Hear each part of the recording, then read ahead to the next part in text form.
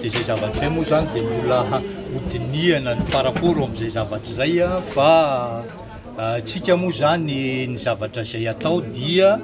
ny fanarahana ny lalàna zay misy foana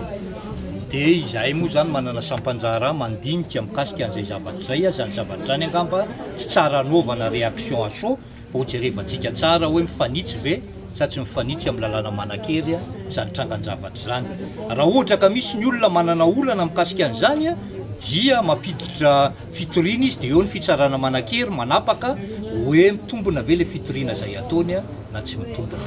Ny CENI akory tsy juridiction mitsara fa ny CENI andeha ataoko hoe boîte aux lettres